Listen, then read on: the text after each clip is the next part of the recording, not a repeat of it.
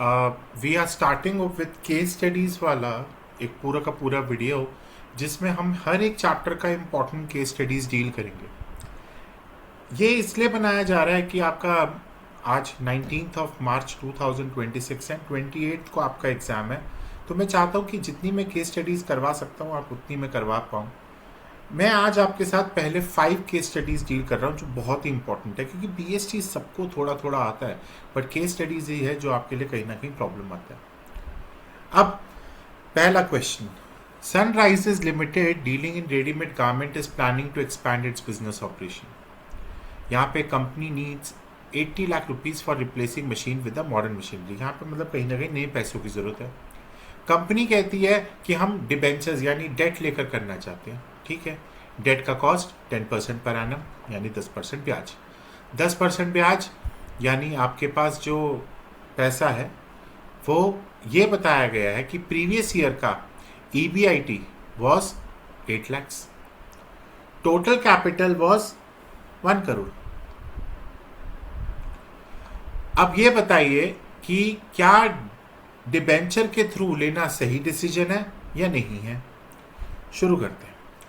आपके पास आपको पता है 8 लाख रुपीस आपका EBIT है और आपके पास टोटल इन्वेस्टमेंट 1 करोड़ है।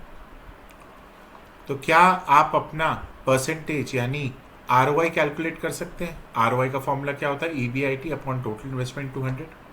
ये 5 जीरो से 5 जीरो कट गए, 2 जीरो से 2 जीरो कट गए, तो आपके पास EBIT का ROI कितना है, 10%।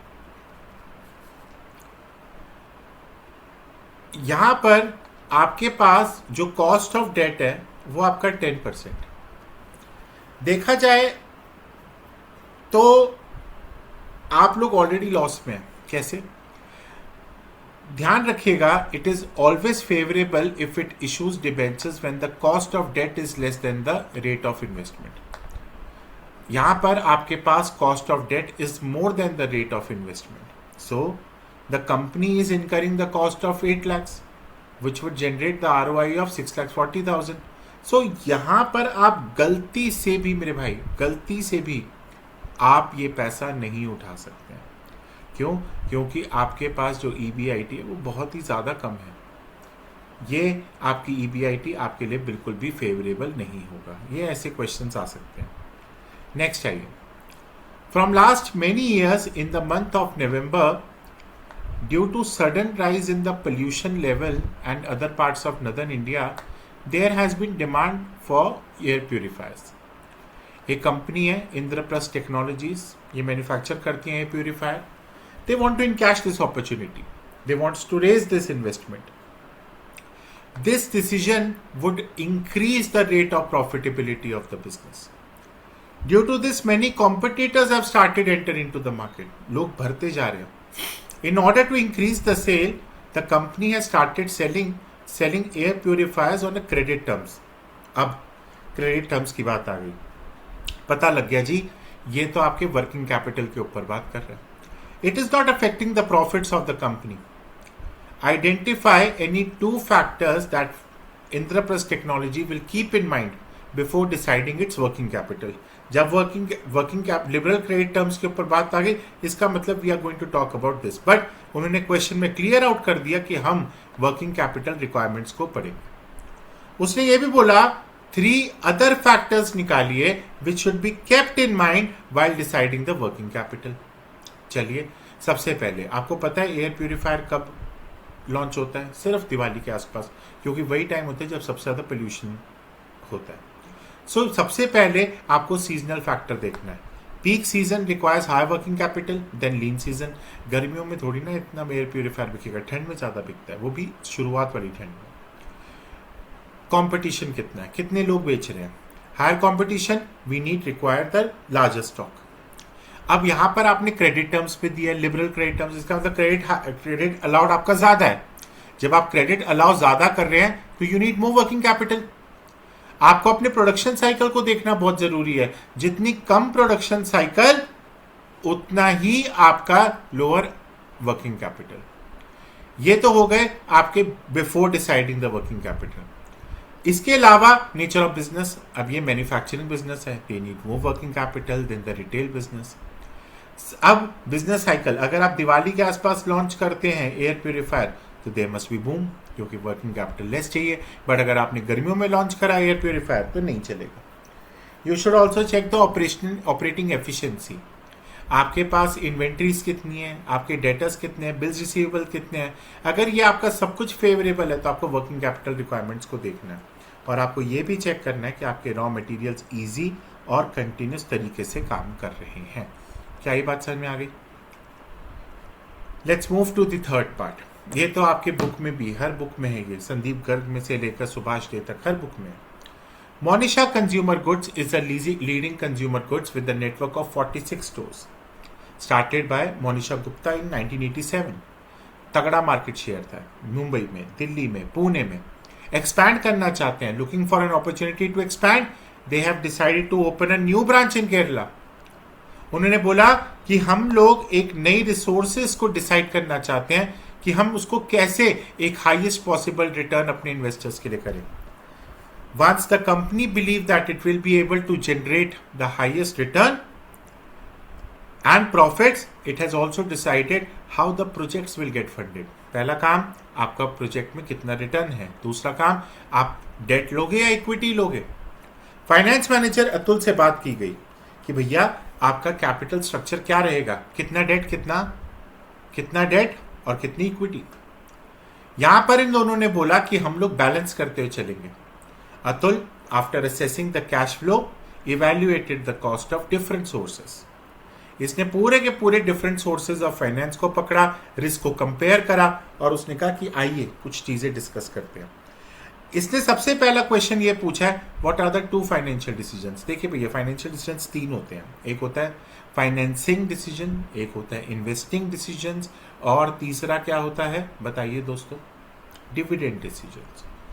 अब सबसे पहले उसने बोला इन्वेस्टमेंट डिसीजंस के बारे में। यहां पे डिविडेंड का तो कोई लेना देना नहीं है। Let's talk about investment and financing. Investment में अगर मैं बात करूंगा तो मेरा आरओआई कितना है। अगर आरओआई मेरा ज्यादा है, रेट ऑफ रिटर्न अगर अच्छा है, तो भैया मैं क्या लूंगा, मैं डेट ले सकता हूं।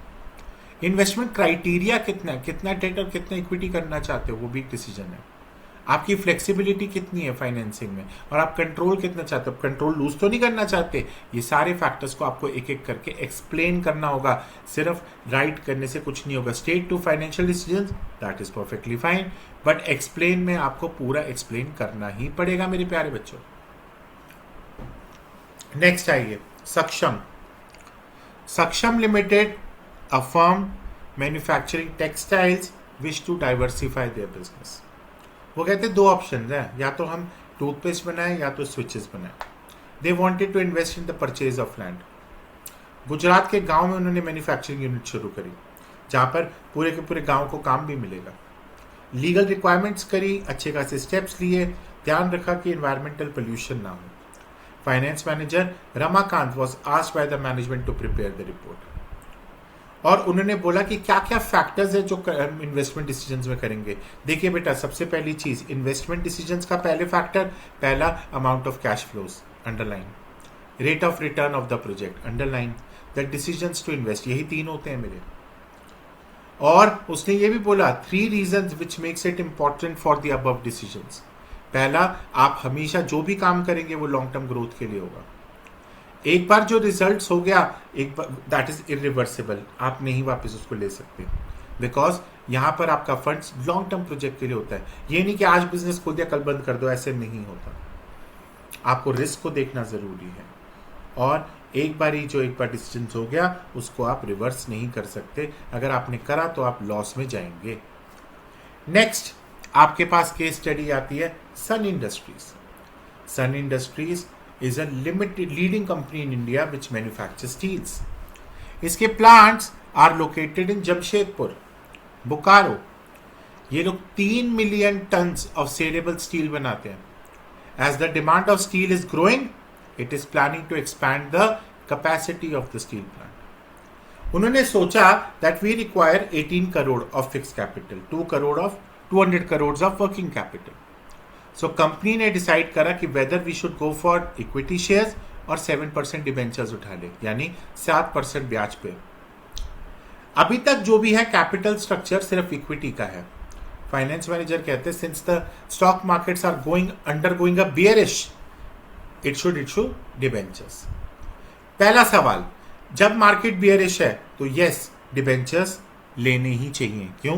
क्योंकि हम लोग ऑलरेडी इक्विटी में कोई फायदा नहीं है, क्योंकि मार्केट बहुत ज़्यादा खराब चल रही है। आज की प्रेजेंट की बात ले लीजिए, इस समय लोन लेना आसान है रादर देन मार्केट में इन्वेस्ट करना। इसका इम्पैक्ट क्या होगा? It will help lower the overall cost. दूसरा, आपके कॉस्ट ऑफ डेट और कॉस्ट ऑफ इक्विटी पे क्या होगा? कॉस्ट ऑफ डेट आपका बताएगा that more date can be used if date can be raised at a lower rate. Cost of equity क्या बोलता है? कॉस्ट ऑफ इक्विटी ये कहता है कि अगर आप कॉस्ट ऑफ इक्विटी बढ़ाते तो अपने शेयर और लूज कर देंगे, आपका कॉस्ट ऑफ कैपिटल बढ़ जाएगा फ्लोटेशन कॉस्ट की वजह से। ये सारी चीज़ों का ध्यान रखना हमारे लिए बहुत ज़्यादा इंपॉर्टेंट है मेरे प्यारे बच्चों। ठीक है, यही आपकी पहले 5 केस स्टडीज, आगे कंटिन्यू करते हैं दोस्तों।